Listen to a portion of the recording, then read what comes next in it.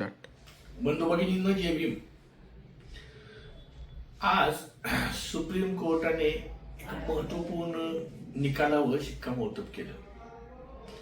जे प्रकरण की परभणी येथे सोमनाथ सूर्यवंशीची पोलिसांच्या मारहाणीत ज्याचा मृत्यू झाला होता, त्या मृत्यूबाबत सर्वोच्च न्यायालयाने उच्च न्यायालयाचा निकाल हा कायम केलेला आहे. प्रकरण असं घडलं होतं की 10 डिसेंबर रोजी परभणी येथे भारतरत्न डॉक्टर बाबासाहेब आंबेडकर यांच्या पुतळ्यासमोर एका समाजकंटकाने पुतळ्यासमोर ठेवलेल्या संविधानाच्या प्रतिकृतीची विटंबना केली.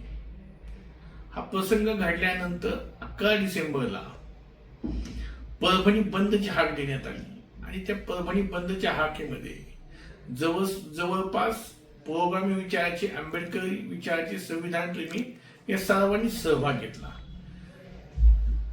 त्याचा परिणाम असा झाला की परभणी बंदची हाक दिल्यानंतर हे सर्वच लोक रॅली काढून जिल्हाधिकारी कार्यालयावर निवेदन देण्यासाठी गेले. जिल्हाधिकाऱ्यांना निवेदन दिलं गेलं.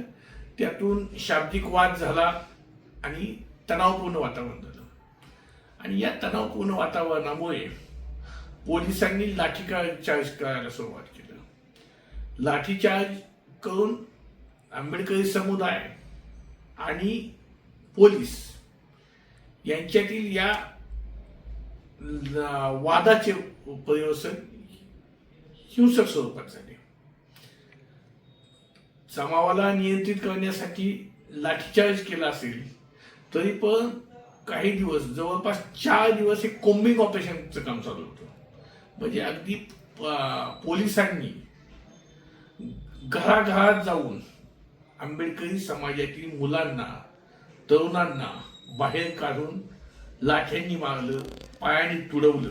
अक्षरशः काही ठिकाणी आपण व्हिडिओत पाहिलं की दरवाजे तोडून पोलीस आतमध्ये गेलेले आहेत. आणि याच वेळी वडाळ समाजाचा आमचा 35 वर्षाचा युवक जो पुणे इथे लॉचं शिक्षण घेत होता, म्हणजे कायद्याचं शिक्षण घेणाऱ्या सोमनाथ सूर्यवंशीने त्या मोर्चामध्ये सहभागी झाला होता. त्या मुलाला अक्षरशः पोलिसांच्या कोठडीत एवढं मारलं की त्या मुलाचा त्या कोठडीतच मृत्यू झाला. म्हणजे 11 डिसेंबरला बंदची हाक दिली, 15 डिसेंबरला त्याच्या छातीत कळ आली आणि त्याचा तिथं मृत्यू झाला. आणि तदनंतर 16 डिसेंबरला औरंगाबादच्या घाटी रुग्णालयात त्याचं शवविच्छेदन करण्यात आलं. आणि तदनंतर पोलीस केस दाखल झाली. पोलीस केस दाखल झाल्यानंतर शवविच्छेदनाचा अहवालही आला की पोलीस कोठडीत त्याचा पोलिसांच्या मारहाणीमुळे मृत्यू झाला. परंतु पोलिसांच्यावर कुठल्याही प्रकारचा गुन्हा दाखल केला गेलेला नाही. याबाबत आंबेडकरी समुदायाने मोर्चे काढले, आंदोलनं केली. परंतु आत्ताचे असणारे गृहमंत्री, आत्ताचे असणारे मुख्यमंत्री देवेंद्र फडणवीस यांना आंबेडकरी समुदायाबद्दल किती प्रेम आहे आपण पाहिलेलंच आहे. त्यांनी नकार घंटा वाजवत कुठल्याही प्रकारची भूमिका घेतली नाही. म्हणजे जणू काय पोलिसांचा यात काहीच दोष नाही असेच ते दाखवत होते. ज्यावेळी विधिमंडळाचं पावसाळी अधिवेशन सुरू झालं त्यावेळी या प्रश्नासंदर्भात लक्षवेधीही करण्यात आली. परंतु या लक्षवेधीला उत्तर देत असताना सुद्धा महाराष्ट्र राज्याचे गृहमंत्री या पदावर बसलेले देवेंद्र फडणवीस यांनी अगदी धांदांत खोटे बोलले की त्यांचा कोठडीत मृत्यूच झाला नाही.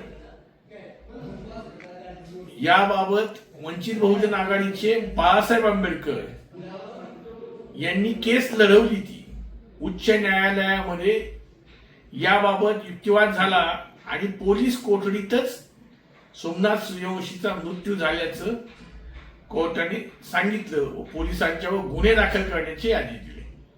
परंतु पोलिसांना वाचवण्यासाठी मुख्यमंत्र्यांनी तथा गृहमंत्र्यांनी पुरेसे अतिचे प्रयत्न केले. सुप्रीम कोर्टात त्यांनी बचावासाठी प्रयत्न केले, परंतु त्यांचे ते ठिकाणचे प्रयत्न निष्फळ ठरले. आणि आज सुप्रीम कोर्टाने महत्वपूर्ण असा निर्णय दिला की सोमनाथ सूर्यवंशीच्या मृत्यूला कारणीभूत हे पोलीसच आहे.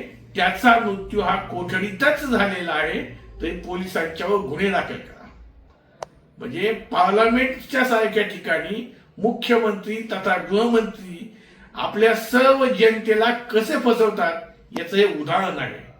मग अशा प्रकारे जर ज्याला आपण संसद भवन, पार्लमेंट, विधिमंडळ म्हणतो, ज्या ठिकाणी आम्हा सर्वांनी निवडून दिलेले जनतेचे प्रतिनिधी बसतात, तेच अशा पद्धतीने खोटं बोलत असतील तर आपण लोकशाही आहे असं कसं म्हणायचं.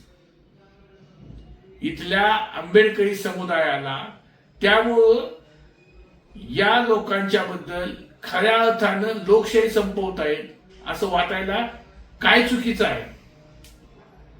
कारण एका विशिष्ट समुदायाचा मुलगा मेलेला आहे, त्याचा खून झालेला आहे, त्याच्याशी आपल्याला काहीच देणं घेणं नाही. अशा आविर्भावात देवेंद्र फडणवीस वागत असतील तो आमचा अन्यायच नाही का. आणि खोटं बोलतायत ते पण पार्लमेंट मध्ये. तर या घटनेचा मी निषेध करतो आणि आमच्या सोमनाथ सूर्यवंशीला सुप्रीम कोर्टाने जो न्याय दिलेला आहे, जो निकाल दिलेला आहे,